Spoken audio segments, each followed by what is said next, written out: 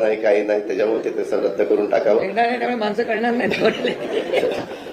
दुसरं एक, आजच मुख्यमंत्र्यांनी सूचना केलेली होती. आज जवळपास 3600 कोटी रुपये आमच्या लाडक्या बहिणीच्या करता या महिन्याचे आम्ही डीबीटीवर पाठवलेले आहेत.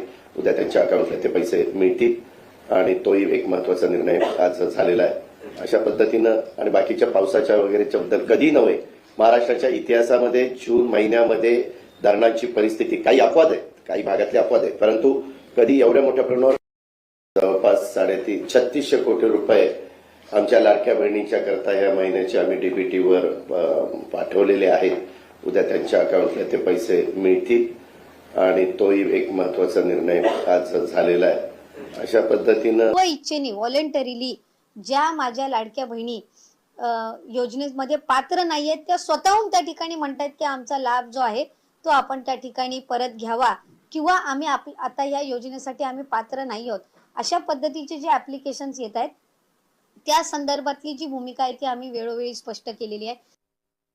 लाडक्या बहिणीच्या बँक खात्यावरती जून महिन्याचा जो काही 12वा हप्ता आहे तो शासनाकडून क्रेडिट करण्यात आलेला आहे, म्हणजेच वितरित करण्यात आलेला आहे. आणि मित्रांनो, लाडक्या बहिणीच्या बँक खात्यावरती 12व्या हप्त्याचे 1500 रुपये जमा होण्याबाबत त्यांच्या मोबाईलवरती SMS देखील आलेले आहेत. पूर्ण जून महिना संपला तरी देखील लाडक्या बहिणींना अजून जून महिन्याचा हप्ता देण्यात आला नव्हता. परंतु आता अखेर बहिणींची प्रतीक्षाही संपलेली आहे आणि लाडकी बहीण योजनेअंतर्गत लाडक्या बहिणीच्या बँक खात्यावरती जून महिन्याचा जो काही 12वा हप्ता आहे तो 12वा हप्ता 1500 रुपये जमा करण्यात आलेला आहे.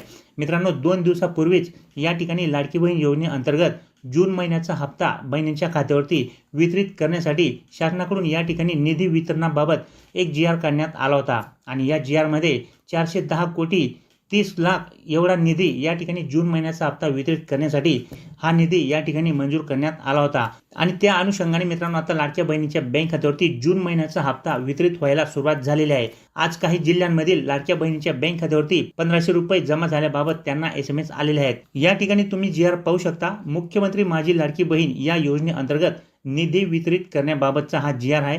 मित्रांनो, हा GR दिनांक 2 जुलै 2025 रोजी काढण्यात आलेला आहे.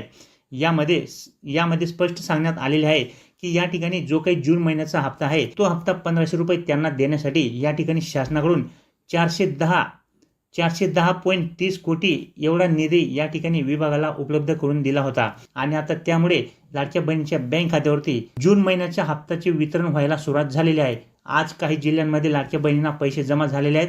असे 3 दिवस ही प्रोसेस सुरू राहणार आहे.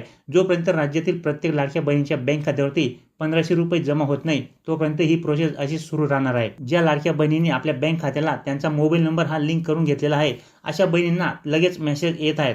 त्याचप्रमाणे मित्रांनो, ज्या महिला या ठिकाणी सरकारी नोकरीला होत्या किंवा त्यांच्या कुटुंबातील कोणी व्यक्ती सरकारी नोकरी करत असतील तर अशा महिलांना मात्र या ठिकाणी आता वगळण्यात आलेले आहे.